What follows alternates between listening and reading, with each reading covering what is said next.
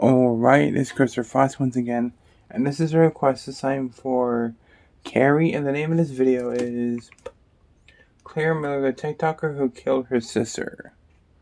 This is another fucked up video, but yeah, let's check it out, yay. It's pretty common to hate our siblings sometimes. They take our stuff, bug us for no reason, try to embarrass us in front of our friends or crushes. They can be a real pain, but we always forgive them and move on, because that's what family does, right? The case we're looking at today is hot off the press. It's the case of a young TikTok star who savagely took the life of her sister. I think I've heard of this case before.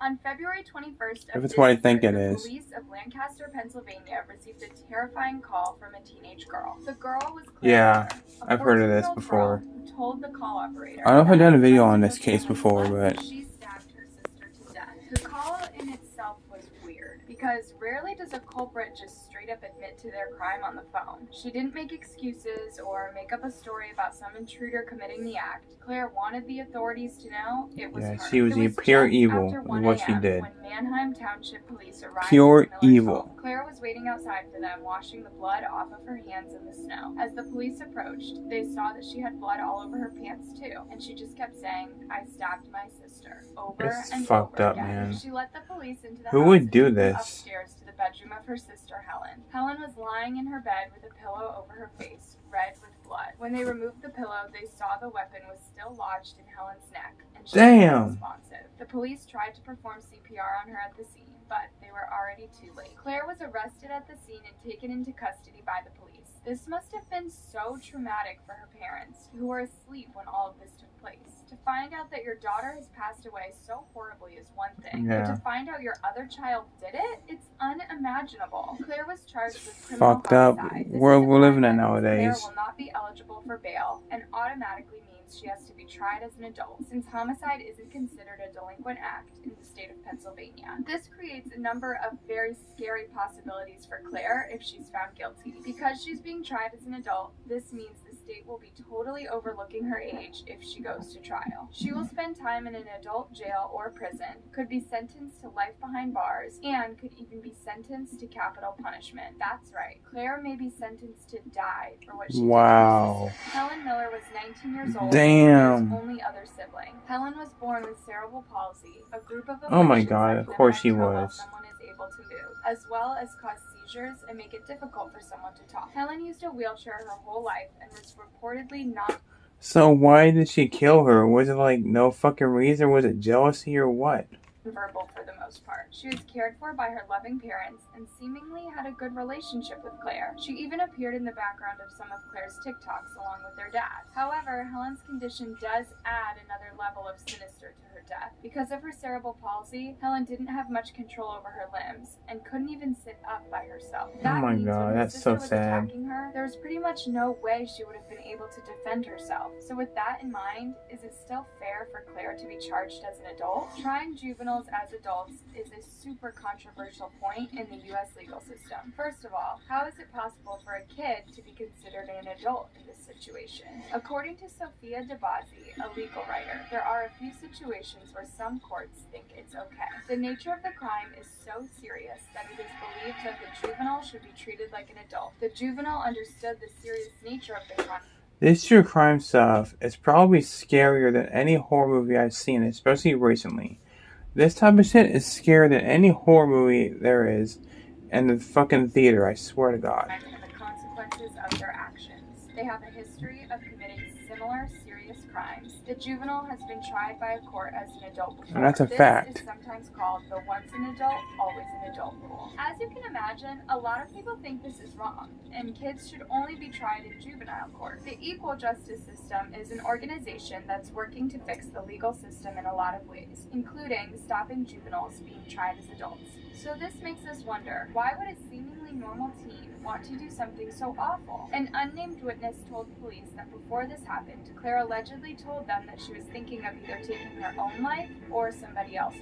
No other reason has been given at the time of making this video. It's like Randy Sayre took his life for somebody else's at a coin flip bullshit he did. Anybody here remember remember Slender Man? In 2014, two I 12-year-old girls reacted were to charged this. stabbing their friend 19 times, Yeah. claiming they were told to do it by I heard about that too. Slender That Man. Slender They were Man set to be bullshit tried as that went adults. down. One of the girls was not found guilty this year.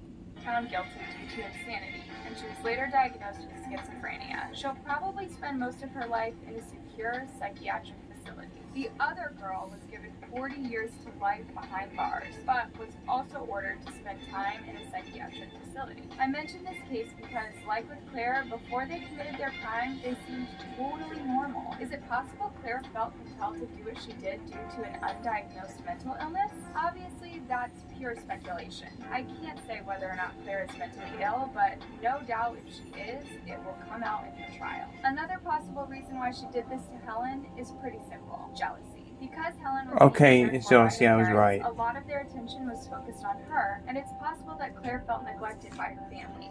So she killed her? Studies, this isn't uncommon. The fuck is wrong with people? I keep saying that, feel but as though they're pushed to one side and never get the full picture of what's going on. Experts have called this the waiting room, because they're always waiting for answers. If this is the case, it's unfortunate that Claire didn't always feel included in her family, but that isn't an excuse for what she's done. Exactly. It wasn't Helen's fault. What she did was disgusting. It wasn't her parents' fault that Helen needed Plain and extra help simple. with her daily activities. According to reports, Helen loved art, and she was a talented painter and sculptor. Although her Facebook page has now been taken down, a report stated that she once won an award for watercolor painting she created. In the craziness of this case, it's important to remember that she was still a person, a talented person, that loved and trusted her sister. When the news first broke of this case, everybody was talking about it. I know that because of Everybody? you guys have been asking me to cover it in a video. Similar to previous cases I've looked at, this one blew up because of Claire's involvement with TikTok. It's unknown how big of a following she had before her arrest, TikTok is a but at the dangerous time her account place was to be taken down on. by TikTok. She had That's for 20K sure. followers on there and Super over fucked up and 1 million dangerous. views. What's kind of weird is that pretty much as soon as she was arrested, people started seeing her videos on their For You page. Almost like the algorithm was deliberately pushing them to get views.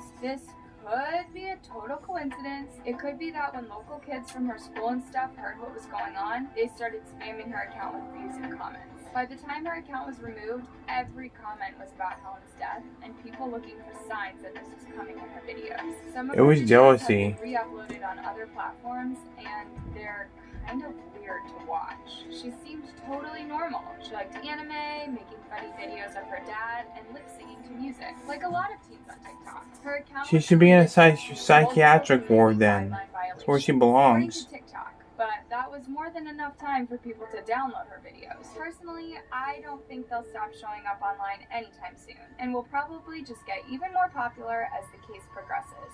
Speaking of which, what happens to Claire now? Well, she was scheduled to have a preliminary hearing on March 30th, but it's been pushed back until April 16th for unknown reasons. It could have something to do with the ongoing pandemic, which has caused delays in a lot of cases over That makes the sense. It was 2 years Hopefully, ago. come April 16th, the trial will be officially underway, and we will finally learn what happened to Helen and why her life was taken in such an awful way. That is awful. It's an awful situation. Timetable and whatever to help them, whatever they can find to help them understand what might have happened. That brings us to the end of today's video. What do you guys think of this case? Let me know your thoughts down in the comments below. As this case is ongoing, make sure to keep Helen's parents in your thoughts during what I'm sure is an awful time for them. That was fucking messed up, man. That Slender Man situation, all these fucking crimes. I mean, shit like this is scarier than any horror movie that's in this fucking world. I know this horror movie is based on true stories and everything, but it's nothing compared to this shit.